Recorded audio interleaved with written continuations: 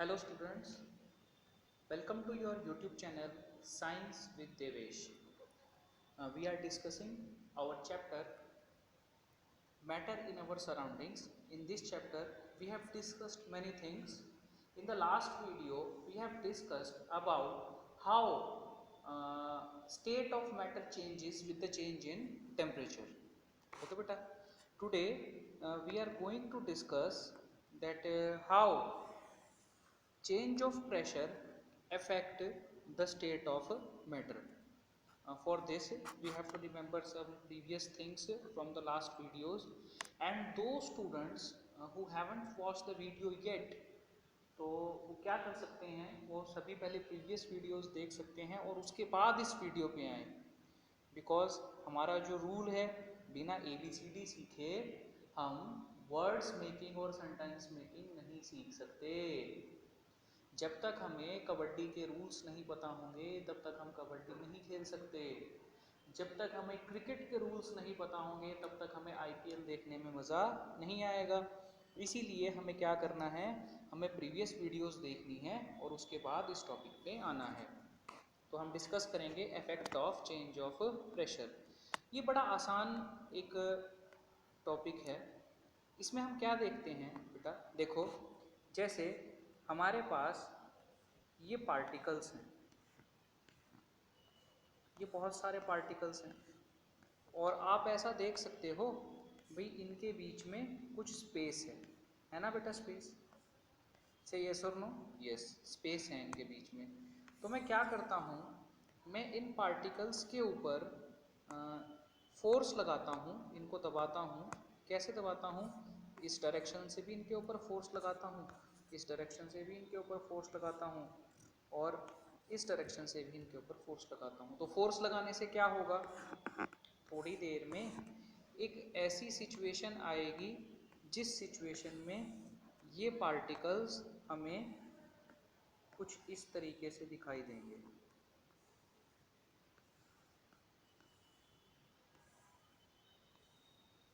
क्या देख सकते हो बेटा आप, ये जो दो इमेजेस मैंने बनाई, ये जो दो चीज़ें मैंने आपको समझाई, इन दोनों में क्या डिफरेंस है।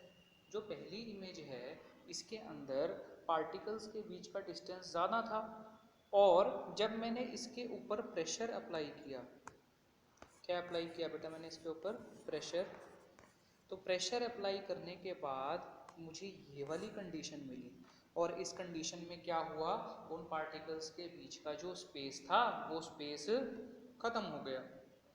ठीक, तो इससे हम क्या रिजल्ट निकालेंगे वो रिजल्ट मैं आपको बताता हूँ, है ना। रिजल्ट हमारा ये आता है बेटा कि जब हम किसी मैटर के ऊपर, क्या बोल रहा हूँ मैं आपको, जब हम किसी मैटर के ऊपर दो काम करें, कौन कौन से दो काम करें, नंबर वन हम उसके प्रेशर को इंक्रीज करें और नंबर टू हम उसके टेम्परेचर को रिड्यूस करें। ठीक है बेटा, किसी भी मैटर के ऊपर प्रेशर अप्लाई करके और उसका टेम्परेचर रिड्यूस करके हम क्या कर सकते हैं, उसे लिक्विफाई कर सकते हैं। क्या कर सकते हैं, लिक्विफाई। लिक्विफाई करने का मतलब क्या है, समझो मेरे पास एक बीकर है, ये मेरा एक बीकर है, इस बीकर के अंदर मेरे पास कार्बन डाइऑक्साइड गैस है। कौन सी गैस है बेटा, कार्बन डाइऑक्साइड CO2 गैस है और ऐसे इसके अंदर पार्टिकल्स सब जगह फैले हुए हैं। ठीक है, अब मैं क्या करता हूँ, मैं इस बीकर के ऊपर प्रेशर अप्लाई करता हूँ, मतलब प्रेशर इंक्रीज करता हूँ और प्रेशर इंक्रीज करने के साथ मैं इसका टेम्परेचर क्या कर देता हूँ, रिड्यूस कर देता हूँ। तो एक ऐसी कंडीशन आएगी, अभी ये वाले जो पार्टिकल्स हैं बेटा ये किस फॉर्म में हैं, तो ये गैस के फॉर्म में है। किस फॉर्म में है, गैस के फॉर्म में है। इसके अंदर जब मैं देखूंगा तो क्या होगा, यही पार्टिकल्स लिक्विड फॉर्म में कन्वर्ट हो जाएंगे। किस फॉर्म में कन्वर्ट हो जाएंगे बेटा, लिक्विड फॉर्म में। तो प्रेशर अप्लाई करने से क्या हुआ, जो गैस फॉर्म थी मेरे पास मैटर की, वो गैस फॉर्म किस में कन्वर्ट हो गई, लिक्विड फॉर्म में कन्वर्ट हो गई। तो हमने क्या देखा, change of state of matter हुआ। क्या करने की वजह से हुआ बेटा, प्रेशर को चेंज करने की वजह से हुआ। ठीक है, एक और बात मैं आपको बताता हूँ, आपने ऐसा शायद सुना होगा या नहीं भी सुना होगा, ज़रूरी नहीं है आपने सुना हो, कि हम क्या करते हैं, हमारी जो कार्बन डाइऑक्साइड गैस है, कौन सी गैस है बेटा, हमारी कार्बन डाइऑक्साइड गैस जो है, कार्बन डाइऑक्साइड गैस को हम क्या करते हैं, डायरेक्टली चेंज कर सकते हैं गैसियस स्टेट से किस स्टेट में बेटा, लिक्विड स्टेट में। क्या कहा मैंने, कार्बन डाइऑक्साइड को हम डायरेक्टली चेंज कर सकते हैं किस स्टेट से, गैसियस स्टेट से लिक्विड स्टेट में। अब आप मुझे एक बात बताओ, वो प्रोसेस जिस प्रोसेस में हम डायरेक्ट गैस से किसी बॉडी को चेंज कर देते हैं किस में, लिक्विड में या सॉलिड में, तो उसे हम क्या कहते हैं, उसे हम कहते हैं डिपोजिशन। क्या कहते हैं बेटा उसे, डिपोजिशन। समझ में आई बात। तो हम क्या करते हैं, हम कार्बन डाइऑक्साइड के ऊपर, जो हमारा कार्बन डाइऑक्साइड है उस पर हम प्रेशर डिक्रीज कर देते हैं। क्या कर देते हैं बेटा, प्रेशर को डिक्रीज कर देते हैं, और इसकी वजह से क्या होता है, वो किस में कन्वर्ट हो जाता है, ड्राई आइस में। किस में कन्वर्ट हो जाता है बेटा, ड्राई आइस में। यहाँ तक की बात क्या आपको क्लियर है? आई होप आपको यहाँ तक की बात क्लियर होगी कि जब हम CO2 गैस पर प्रेशर इंक्रीज करते हैं, उस पर हाई प्रेशर लगाते हैं, तो हाई प्रेशर लगाने की वजह से बेटा वो किस में कन्वर्ट हो जाती है, सॉलिड में। किस में कन्वर्ट हो जाती है, सॉलिड में। और उसी सॉलिड को हम क्या कहते हैं, ड्राई आइस कहते हैं। क्या कहते हैं बेटा, dry ice. Is that clear? आपको ये क्लियर होगा, बहुत इंटेलिजेंट बच्चे हैं आप। ठीक है, नेक्स्ट, ये एक बड़ा अच्छा डायग्राम है। इस डायग्राम की हेल्प से हम सारी प्रोसेसेस समझ सकते हैं। ठीक है, देखो क्या हो रहा है इस डायग्राम में। अगर हम किसी सब्सटेंस को, किसी मैटर को लिक्विड से सॉलिड में चेंज करते हैं, किसमें चेंज करते हैं बेटा, लिक्विड से सॉलिड में, तो उसे क्या कहा जाता है, सॉलिडिफिकेशन। वो प्रोसेस जिसमें हम सॉलिड को लिक्विड में कन्वर्ट करते हैं उसे क्या कहा जाता है बेटा, फ्यूज़न। वो प्रोसेस जिसमें हम लिक्विड से गैस बनाते हैं उसे क्या कहा जाता है, वेपराइजेशन। अगर गैस से हम लिक्विड बना रहे हैं तो उसे क्या कहा जाता है, कंडेंसेशन। ठीक है बेटा। अब अगर हम सॉलिड से डायरेक्ट गैस में कन्वर्ट कर रहे हैं उसे कहते हैं सब्लिमेशन। और अगर गैस को वापस सॉलिड में कन्वर्ट कर रहे हैं, जैसा हमने कार्बन डाइऑक्साइड में किया, कार्बन डाइऑक्साइड गैसियस फॉर्म में थी और हमने उसे ड्राई आइस बना दिया जो कि एक सॉलिड फॉर्म है, तो इस प्रोसेस को कहा जाता है डिपोजिशन। ठीक है बेटा, ये दो चीज़ें हमने देखी कि अगर हम टेम्परेचर चेंज करते हैं या फिर जब हम प्रेशर चेंज करते हैं तो दोनों को चेंज करने की वजह से जो स्टेट ऑफ मैटर है वो अफेक्टेड होती है। ठीक है बेटा। अच्छा, अब ये एक नई चीज़ हमारे पास आई है, इसको हम बोलते हैं इवेपोरेशन। क्या बोलते हैं बेटा इसे, इवेपोरेशन। तो सबसे पहले तो हम ये जानने की कोशिश करेंगे कि इवेपोरेशन क्या होता है। क्या जानने की कोशिश करेंगे बेटा कि इवेपोरेशन क्या होता है। आपने कुछ प्रोसेसेस देखी होंगी और उनमें से एक प्रोसेस ये थी जिसमें हम लिक्विड को वेपर्स में चेंज करते हैं। क्लियर बेटा, लिक्विड को हम किस में चेंज करते हैं, वेपर्स में। और ये जो प्रोसेस होती है इसे हम कहते हैं वेपराइजेशन। क्या कहते हैं बेटा इस प्रोसेस को, इसे हम कहते हैं वेपराइजेशन। क्लियर हुई यहाँ तक की बात? ठीक है। वेपराइजेशन की एक कंडीशन होती है कि हमारा जो लिक्विड है, हमारा जो वाटर है, वो कितने डिग्री सेल्सियस पे होना चाहिए, उसका टेम्परेचर जो है वो 100 डिग्री सेल्सियस होना चाहिए। तो क्या कंडीशन है हमारी कि यहाँ पर हमारा जो टेम्परेचर रहेगा वो टेम्परेचर कितना रहेगा, 100 डिग्री सेल्सियस। और इसी टेम्परेचर को हम क्या कहते हैं, बॉइलिंग पॉइंट। क्लियर हुई बात? यानी हमने क्या समझा कि जब हम लिक्विड को वेपर्स में कन्वर्ट करते हैं तो उसकी कंडीशन क्या है भाई, वो लिक्विड हमारा किस पे होना चाहिए, अपने बॉइलिंग पॉइंट पे। ठीक है बेटा। अब मैं आपको एक कंडीशन बताता हूँ, आप एक काम करो, आप कुछ चीज़ें लो, क्या क्या लो? एक आप ग्लास लो, आपके घर में कटोरी होती है, एक कटोरी लो। इसी के साथ आप क्या लो? एक थाली होती है, वो थाली लो। ठीक है बेटा। और आप क्या करो, अब इनमें थोड़ा थोड़ा पानी भर दो। क्लियर? और इसे आप अपनी छत पे रख दो। ठीक है, सुबह रखो गर्मियों के दिनों में।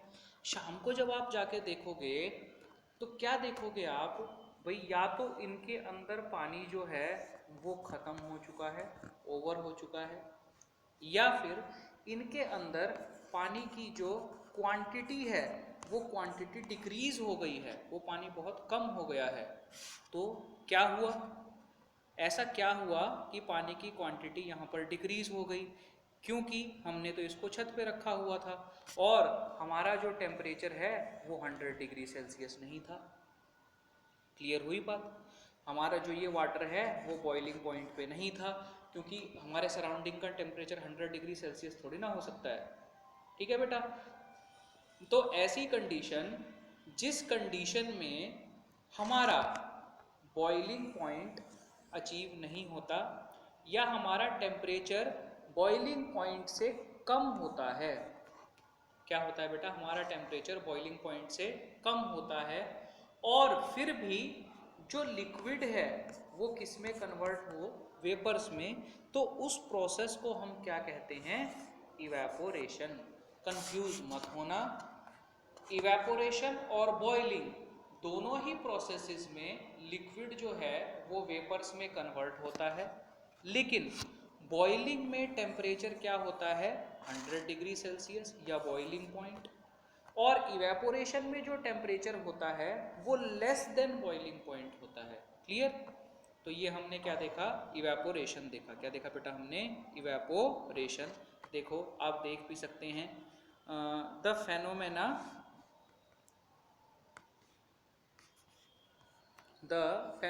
of change of liquid, the phenomena of change of liquid into vapors। लेकिन कंडीशन क्या है? Temperature is below it's boiling point.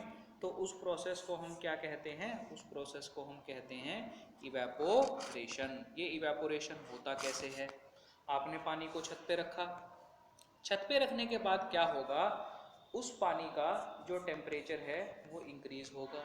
Temperature increase होने की वजह से पार्टिकल की जो काइनेटिक एनर्जी है वो भी इंक्रीज होगी। काइनेटिक एनर्जी इंक्रीज होने की वजह से जो दो पार्टिकल्स के बीच में बॉन्ड बना हुआ है फोर्स ऑफ अट्रैक्शन का, वो क्या हो जाएगा? वो ब्रेक हो जाएगा। और ब्रेक होने की वजह से ये पार्टिकल क्या होंगे? फ्री टू मूव होंगे।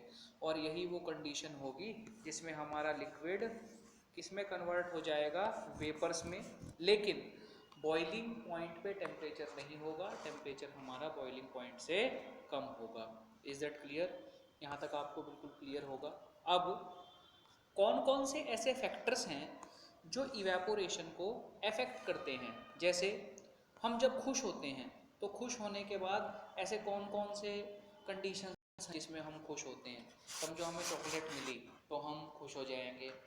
हम रात को घर पे बैठ के पढ़ रहे हैं और मम्मी पापा ने आके कहा जा बेटा IPL का मैच देख ले, हम खुश हो जाएंगे। अभी लॉकडाउन लगा हुआ है, सभी घर में हैं, अगर हमें कोई बोले बेटा मास्क लगा ले, चल तेरे को घुमा के लाते हैं, तो हम खुश हो जाएंगे। तो ये डिफरेंट कंडीशंस हैं, डिफरेंट फैक्टर्स हैं जिनमें हम खुश हो जाते हैं। तो ऐसे कुछ फैक्टर्स होते हैं जो इवेपोरेशन को अफेक्ट करते हैं। किसको अफेक्ट करते हैं बेटा? इवेपोरेशन को। ठीक है, मैं आपको बताता हूँ वो कौन कौन से फैक्टर्स होते हैं। ठीक है, उनमें हमारा सबसे पहला फैक्टर होता है इंक्रीज ऑफ सरफेस एरिया। बड़े आसानी से हम समझ सकते हैं। देखो कैसे? एक हमने ग्लास लिया, एक हमने कटोरी ली और एक हमने जो हमारे घर पे थाली होती है वो ली। तीनों के अंदर हमने इक्वल पानी रख दिया। कितना पानी रख दिया? 50 ml रख दिया, सोचो। और सुबह से जब तुम शाम को जाओगे तो क्या होगा? ग्लास में से कम पानी इवेपोरेट हुआ होगा, कटोरी में से थोड़ा ज़्यादा हुआ होगा और थाली में से सबसे ज़्यादा हुआ होगा। ऐसा क्यों हुआ? क्योंकि यहाँ पर जो ऊपर लिक्विड की सरफेस थी, इन्हीं को तो एनर्जी मिलेगी। हमारे एनवायरनमेंट से जो हीट मिलेगी वो सबसे पहले किसको मिलेगी, इन्हीं को मिलेगी ना। जैसे कहीं पर भी बच्चे प्रोटेस्ट कर रहे हैं, ये सबसे आगे हैं, ये पीछे हैं और ये उनसे भी पीछे हैं, तो पुलिस वाले जब मारने के लिए आएंगे तो सबसे पहले कौन पिटेंगे, ये पिटेंगे ना, है ना। तो इसी तरीके से हम देखते हैं कि जो सबसे ऊपर सरफेस होगी लिक्विड की, सबसे पहले उनको एनर्जी मिलेगी, वो वेपर्स में कन्वर्ट हो जाएंगे। तो ऐसा समझो इसमें तो 5 पार्टिकल्स को एनर्जी मिल रही है। कटोरी की सरफेस थोड़ी बड़ी है तो यहाँ पे ज़्यादा सरफेस एनवायरनमेंट के कांटेक्ट में आ रही है, तो इसके 10 पार्टिकल को एक साथ एनर्जी मिल रही है। और थाली की सरफेस जो है वो बहुत बड़ी है, यहाँ पर 50 पार्टिकल को एक साथ एनर्जी मिल रही है हीट की। तो यहाँ 1 मिनट में 5 पार्टिकल इवेपोरेट हो रहे हैं, यहाँ 1 मिनट में 10 पार्टिकल इवेपोरेट हो रहे हैं, और यहाँ 1 मिनट में 50 पार्टिकल लिक्विड से वेपर्स में कन्वर्ट हो रहे हैं। ऐसा ही हो रहा है ना बेटा। तो हमने क्या देखा कि जैसे जैसे हम सरफेस एरिया बढ़ाते हैं, सरफेस एरिया बढ़ाने की वजह से इवेपोरेशन भी ज़्यादा होता है। अगर हम सरफेस एरिया को कम कर दें तो इवेपोरेशन भी क्या होगा बेटा, कम होगा। इसीलिए तुमने ऐसा देखा होगा कि गर्मियों में या किसी भी टाइम पे जब हमारी मम्मी छत पे कपड़े सुखाती है तो उन कपड़ों को पहले बिल्कुल अच्छे तरीके से झाड़ के और पूरी तरह से फैला के डालती है। क्यों डालती है? क्योंकि अगर कपड़ा पूरी तरीके से फैला हुआ है, पूरी तरीके से स्प्रेड हो रखा है, तो क्या होगा, उसके ज़्यादा से ज़्यादा पार्टिकल्स जो हैं वो एनवायरनमेंट के कांटेक्ट में आएंगे, वहाँ से उन पार्टिकल्स को हीट मिलेगी, हीट मिलने की वजह से उनको एनर्जी मिलेगी, उन पार्टिकल्स की काइनेटिक एनर्जी बढ़ेगी और वो क्या करेंगे, वो फोर्स ऑफ अट्रैक्शन के बॉन्ड्स तोड़ के फ्री हो जाएंगे। क्लियर बेटा? दूसरा मुझे आपको समझाने की भी ज़रूरत नहीं है, वो आपको ऑलरेडी क्लियर होगा। दूसरा फैक्टर क्या है? टेम्परेचर। अगर टेम्परेचर ज़्यादा होगा तो इवेपोरेशन ज़्यादा होगी, ये तो आप समझते ही हैं ना। अगर हम गर्मियों के दिनों में 1 गिलास पानी छत पे रखेंगे तो वो पूरा का पूरा पानी इवेपोरेट हो जाएगा, लेकिन अगर हम दिसंबर के महीने में रखेंगे तो उसमें से बहुत कम पानी इवेपोरेट होगा। क्यों? पार्टिकल्स को हीट गर्मियों में ज़्यादा मिलती है और सर्दियों में कम मिलती है। इसीलिए जब हम टेम्परेचर इंक्रीज करते हैं तो पार्टिकल्स को इनफ काइनेटिक एनर्जी मिलती है और वो वेपर स्टेट में कन्वर्ट हो जाते हैं। समझ में आई बेटा बात? ठीक है। तीसरा फैक्टर जो है वो है इफेक्ट ऑफ ह्यूमिडिटी। ह्यूमिडिटी क्या होता है ये आपको समझना बहुत ज़रूरी है। हमारे एनवायरनमेंट में जो हम फील करते हैं वो हम क्या फील करते हैं? एयर है। ठीक है बेटा? अगर इस एयर को तुम दिसंबर के महीने में फील करोगे तो ये कैसी लगती है? कोल्ड, बहुत ठंडी लगती है। इसको अगर तुम मई के महीने में फील करोगे तो ये कैसी लगती है? हॉट। लेकिन अगर तुम इसको जुलाई के महीने में फील करोगे तो तुम ऐसा देख सकते हो, ऐसा महसूस कर सकते हो कि उस टाइम पे ना इसमें मॉइस्चर बहुत ज़्यादा होता है। मॉइस्चर का मतलब हमें चिपचिपा सा लगता है। बहुत चिपचिपा क्यों लगता है? क्योंकि जुलाई अगस्त का महीना ऐसा होता है जिसमें एयर में वाटर के मॉइस्चर्स बहुत ज़्यादा होते हैं।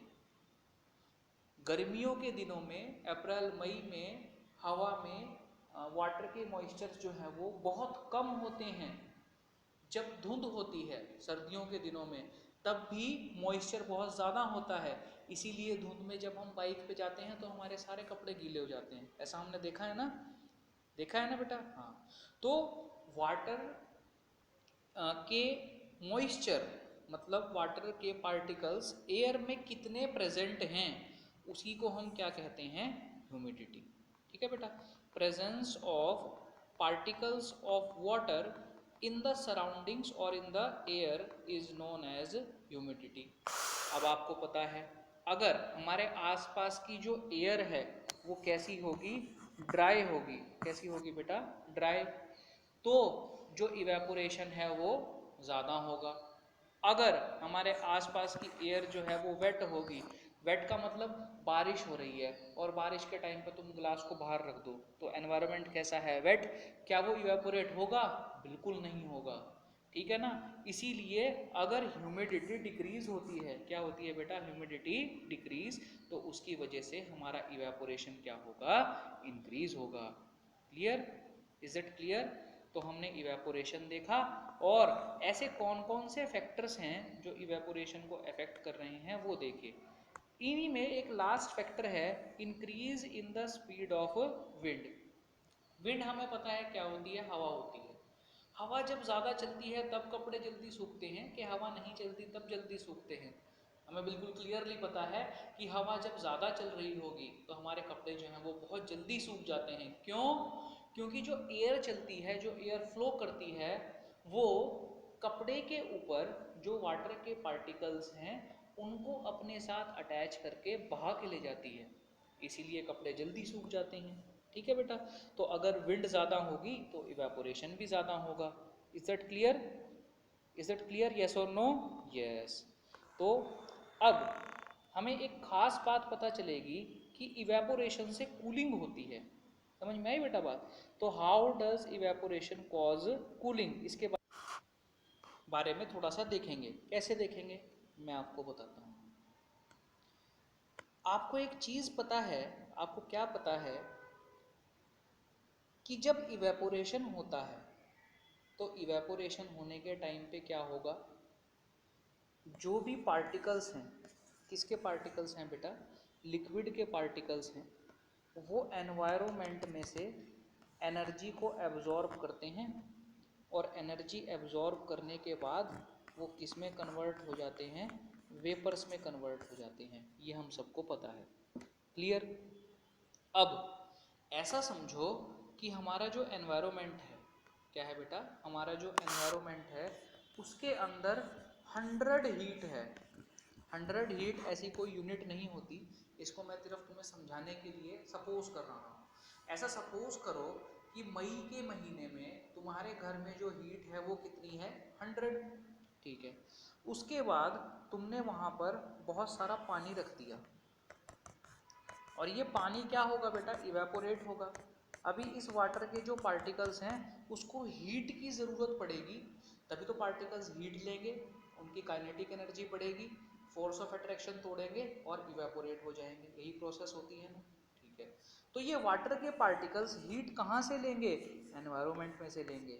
क्लियर। ऐसा समझो इन्होंने 10 हीट ले ली, तो एनवायरनमेंट में पहले 100 हीट थी, अब यहाँ पर कितनी हीट बची, 90। हीट कम हो गई ना। अगर हीट कम हो गई इसका मतलब गर्मी भी कम हो गई। क्लियर हुई बात। तो हीट कम होने की वजह से ही क्या होती है, कूलिंग। कूलिंग का मतलब क्या है, गर्मी का कम होना। क्लियर। दोबारा मैं आपको एक बार बताता हूँ कि जब इवेपोरेशन होता है तो लिक्विड के पार्टिकल्स एनवायरनमेंट में से एनर्जी को एब्जॉर्ब कर लेते हैं ताकि वो अपनी काइनेटिक एनर्जी बढ़ा सकें। वो एनर्जी जो लिक्विड ने ले ली उसकी वजह से एनवायरनमेंट में एनर्जी कम हो जाती है, और एनर्जी कम होने की वजह से टेम्परेचर भी कम हो जाता है, और हमें ऐसा लगता है कि जो हमारी सराउंडिंग है वो कैसी है, कोल्ड है। ठीक है बेटा। क्लियर हुई ये बात। तो ये हमारा था how does evaporation affect us. Clear. इसका मैं तुम्हें एग्जांपल देता हूँ। तुम्हारे घर में तुम्हारी मम्मी का एक नेल पॉलिश रिमूवर होगा, नेल पॉलिश रिमूवर। ठीक है। उस नेल पॉलिश रिमूवर का कुछ नाम भी होता है, उसका नाम क्या होता है बेटा, उसका नाम होता है एसीटोन। क्या नाम होता है, एसीटोन। क्लियर हुई बात। क्या नाम होता है उसका, एसीटोन। वो तुम लो और उसमें से थोड़ा सा नेल पॉलिश रिमूवर तुम कहाँ रखो, अपने हथेली पे, अपने पाम के ऊपर। कैसा लगता है हमको, वो कोल्ड लगता है, ठंडा लगता है। ठंडा लगने का रीज़न क्या है, जब हम उसे अपने हाथ पे रखते हैं तो उसके जो पार्टिकल्स हैं वो इवेपोरेट होते हैं थोड़ी देर बाद। अगर तुम नेल पॉलिश रिमूव का ढक्कन खुला रखोगे ना, थोड़ी देर बाद देखोगे वो डब्बी खाली हो जाएगी, क्योंकि वो क्या होता है, बहुत जल्दी इवेपोरेट होता है। तो जब तुमने उसे अपने हाथ पे रखा तो उसने क्या किया, उसके पार्टिकल्स ने तुम्हारे हाथ की हीट ले ली। किस लिए ले ली, ताकि वो अपनी काइनेटिक एनर्जी बढ़ा के बॉन्ड तोड़ सके फोर्स ऑफ अट्रैक्शन के और इवेपोरेट हो सके। तो तुम्हारे हाथ में से उसने हीट एनर्जी निकाल ली और वो हीट एनर्जी निकालने की वजह से ही वो तुमको कैसा लगता है, ठंडा लगता है। समझ में आई बात। और एक और चीज़ तुमने देखी होगी, जो सर्दियों गर्मियों के दिन होते हैं, हॉट सनी डे होता है, उस पर लोग क्या करते हैं, अपनी छत पे पानी छिड़कते हैं, ग्राउंड पे पानी छिड़कते हैं। उसका रीज़न भी यही है कि जब वो पानी छिड़कते हैं, पानी को स्प्रिंकल करते हैं, तो वो पानी छत की हीट ले लेता है और वेपराइज हो जाता है। उसकी वजह से छत की हीट कम हो जाती है और वो हमें ठंडी लगती है। क्लियर है बेटा? ठीक है। इसी के साथ एक क्वेश्चन आता है जो हम देखते हैं अभी, कि why should we wear cotton clothes in summer. गर्मियों में हमें कॉटन के कपड़े क्यों डालने चाहिए, सिल्क क्यों नहीं डालना चाहिए, फैदर क्यों नहीं डालना चाहिए, गर्म जैकेट क्यों नहीं डालनी चाहिए, उसका क्या रीज़न है वो अभी हम देखेंगे।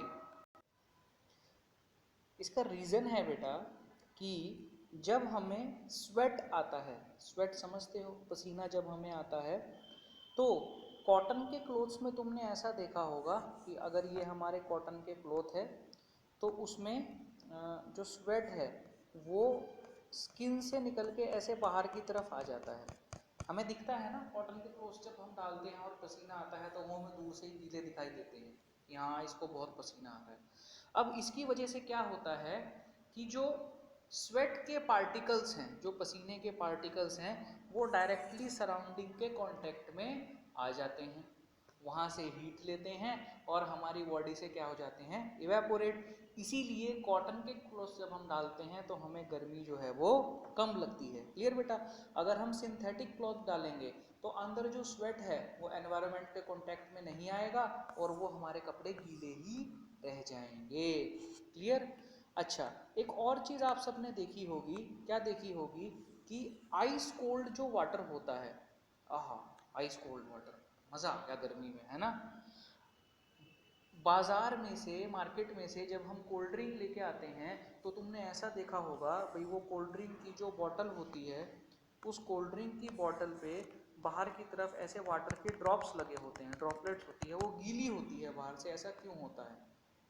ठीक है, ऐसा इसलिए होता है क्योंकि वाटर की जो ठंडा ग्लास है पानी का जिसके अंदर आपने आइस रखी है, या फिर जो कोल्ड ड्रिंक की बॉटल है, वो बॉटल कैसी है, उसका टेम्परेचर बहुत कम है, वो बहुत ठंडी है। क्लियर? वो क्या करेगी, एनवायरनमेंट में से हीट लेगी। ठीक है, एनवायरनमेंट में से हीट लेने के बाद क्या होगा, उसमें उसमें क्या चेंज आएगा बेटा, कि हमें पता है, अभी अभी हमने देखा था भाई, हमारा जो एनवायरनमेंट है, एयर है, उसमें कुछ मॉइस्चर होता है, उसमें कुछ वाटर प्रेजेंट होता है। क्लियर? तो जैसे ही वो एयर इस ग्लास के या इस बॉटल के कांटेक्ट में आएगी तो उसके अंदर जो वेपर्स हैं, क्या है बेटा, उसके अंदर जो वेपर्स हैं वो अपनी सारी की सारी एनर्जी किसको दे देंगे, ग्लास को दे देंगे। ठीक, और उसकी वजह से क्या होगा, वो जो वेपर्स हैं वो दोबारा किस में कन्वर्ट हो जाएंगे, लिक्विड में। और यही लिक्विड की ड्रॉप्स आपको कहाँ दिखाई देंगी, बॉटल की और ग्लास की सरफेस पे। देखो यहाँ पर बिल्कुल उल्टा काम हो रहा है इवेपोरेशन से। इवेपोरेशन में क्या होता था, वाटर के पार्टिकल्स हीट लेते थे और वेपर्स में कन्वर्ट हो जाते थे, लेकिन एनवायरनमेंट का टेम्परेचर ज़्यादा है और हमारी बॉटल का और हमारे ग्लास का टेम्परेचर बहुत कम है। इसीलिए एयर के अंदर जो मॉइस्चर्स हैं, एयर के अंदर जो वाटर के पार्टिकल्स हैं, वो जैसे ही इस ग्लास और इस बॉटल के कांटेक्ट में आएंगे वो अपनी सारी की सारी एनर्जी लूज कर देंगे और दोबारा लिक्विड फॉर्म में कन्वर्ट हो जाएंगे, जो हमें इसकी सरफेस पे दिखाई देगा। क्लियर बेटा? तो यहाँ तक हमने अपना चैप्टर जो है वो कंप्लीट किया। आप सभी को एक काम करना है अब, ठीक है, क्या काम करना है, ये वीडियो देखने के बाद अपना जो चैप्टर है वो फर्स्ट टू लास्ट उसकी थॉरो रीडिंग कीजिए। एंड आई एश्योर यू, ऐसा एक भी टॉपिक नहीं होगा, नॉट अ सिंगल टॉपिक ऐसा होगा जो आपको समझ में नहीं आएगा। Further if there is any doubt, अगर आपको कोई डाउट है, अगर आपकी कोई परेशानी है, तो let me know in the comment section, name the topic and I will explain it again. ठीक है बेटा? तो वीडियो कैसी लगी, आपको समझ में आया कि नहीं आया, आपको मुझे ज़रूर बताना है। कहाँ पर? In the comment section. If you like the video then please hit the like button and share it with your friends, so many students can take advantage of this video. Thank you very much.